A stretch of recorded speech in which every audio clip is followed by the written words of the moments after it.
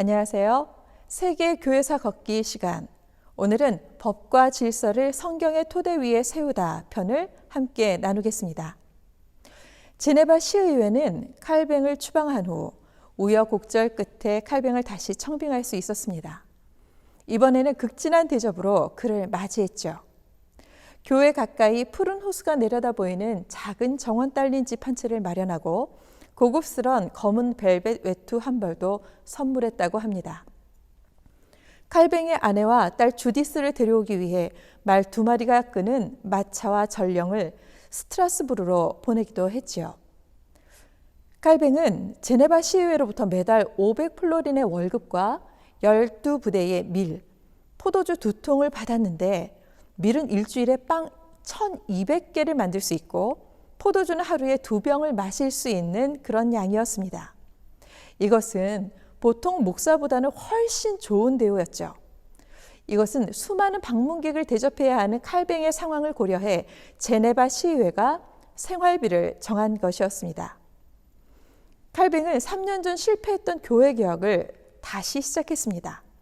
그러나 스트라스부르에서 부서 목사로부터 배운 것을 바탕으로 비본질적인 것에는 유연하게 대처하며 큰 일에 집중하고 사소한 일은 넘어갔습니다.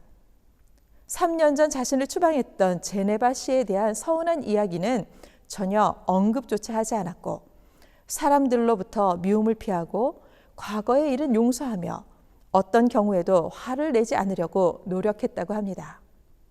이러한 태도는 제네바 종교개혁의 윤활유가 되었습니다. 칼뱅은 제네바로 돌아온 지 2주가 된 때에 바로 교회개혁에 착수했습니다. 제네바 교회법을 만들어 소의회에 제출했고 이 법은 1541년 11월 20일 통과되었습니다.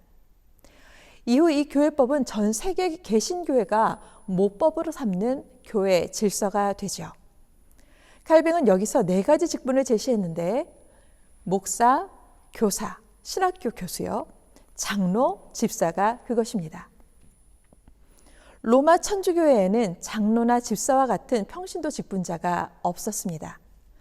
칼뱅은 일반 성도를 권위 있는 직분자의 위치로 회복시켰는데 이것은 칼뱅 마음대로 정한 것이 아니라 성경에 기록되어 있는 직분을 되찾은 것이었죠. 그러나 칼뱅이 주장한 대로만 된 것은 아니었습니다. 칼뱅은 장로를 교회가 선출해 임명해야 한다고 주장했지만 시의회는 반대했고 교회가 아닌 시가 임명하는 것으로 바꾸었습니다. 교인의 최종 출교 권한도 교회가 아니라 시의회가 가졌습니다. 그러나 성도가 죄를 계속 범할 경우 그를 3번 경고하고 생활에 변화가 보일 때까지 성찬에서 제외시킬 수 있는 권한은 교회에 있었습니다. 칼뱅은 당시 교회와 정부가 밀접하게 연결되어 있는 특수한 상황을 고려해서 비본질적인 것은 양보했습니다.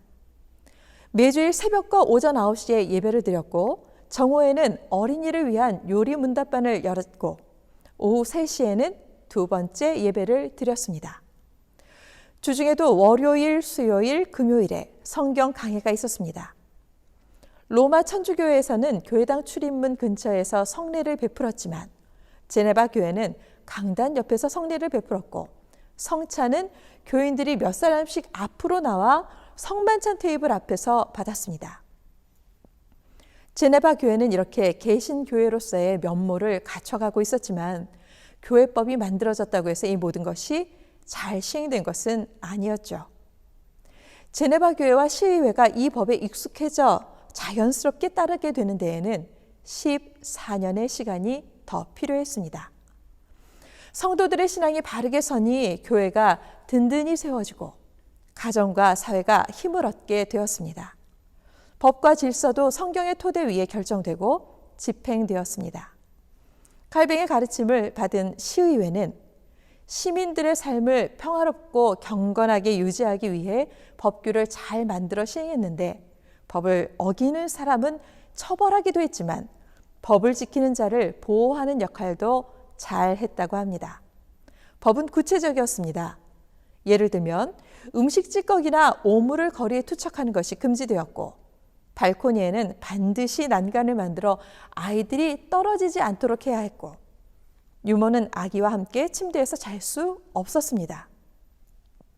집주인은 경찰의 허가 없이 방을 임대할 수 없고, 상인은 정직하게 거래하고 상품을 너무 비싸게 팔아서도 안 되었습니다.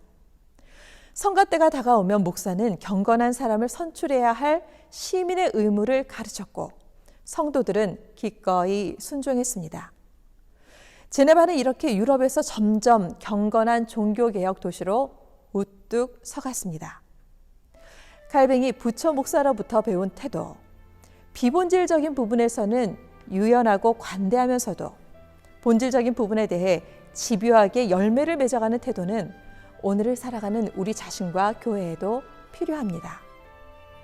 매사에 엄격한 잣대를 가지고 타인과 사회를 재단하며 고쳐 나가려고 하는 것은 본질적인 것에 다다르기도 전에 서로를 지치게 하고 틀어지고 어긋나게 하며 공공선을 향해 나아갈 수 있는 기회를 무너뜨릴 수 있습니다.